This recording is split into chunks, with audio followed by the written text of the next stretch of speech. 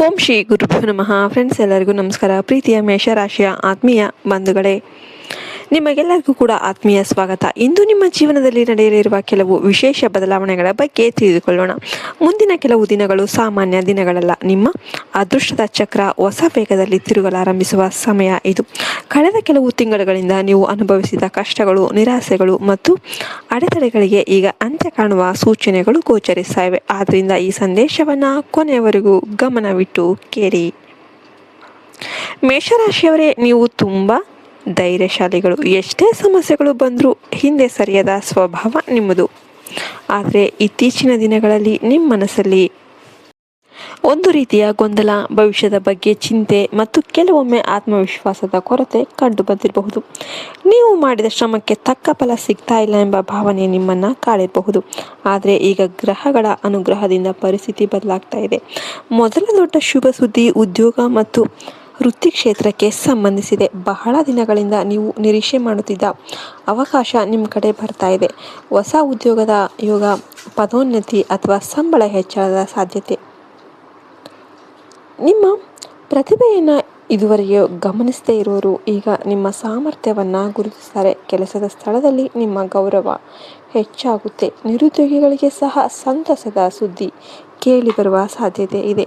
ಎರಡನೇ ಶುಭ ಸುದ್ದಿ, ಹಣಕಾಸಿನ ವಿಷಯದಲ್ಲಿ ನೀವು ಬಹಳ ದಿನಗಳಿಂದ ಕಾಯುತ್ತಿದ್ದ ಹಣ ಕೈ ಸೇರಬಹುದು. ಹಳೆಯ ಸಾಲಗಳು ತೀರಬಹುದು. ವ್ಯಾಪಾರಸ್ಥರಿಗೆ ಉತ್ತಮ ಲಾಭದ ಅವಕಾಶಗಳು ಸಿಗುತ್ತೆ.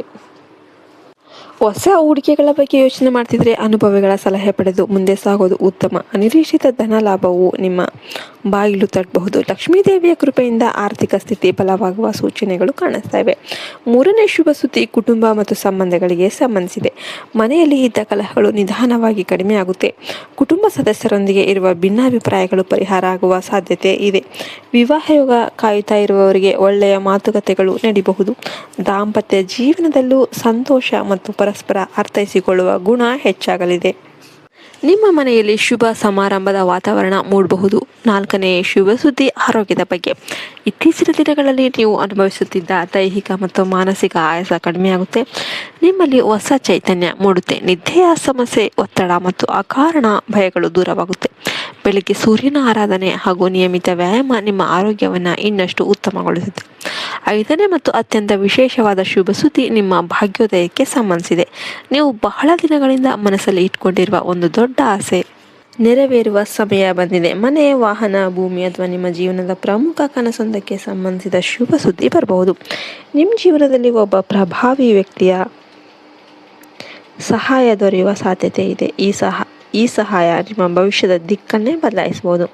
ಮೇಷರಾಶಿಯವರೇ, ಈ ಸಮಯದಲ್ಲಿ ಒಂದು ಪ್ರಮುಖ ಎಚ್ಚರಿಕೆಯನ್ನು ನೆನಪಿಡಿ.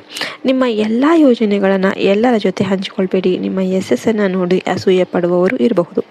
ಆದ್ದರಿಂದ ನಿಮ್ಮ ಗುರಿಗಳ ಬಗ್ಗೆ ಹೆಚ್ಚು ಮಾತನಾಡದೆ ಕೆಲಸದ ವೇಳೆ ಗಮನ ಹರಿಸಿ.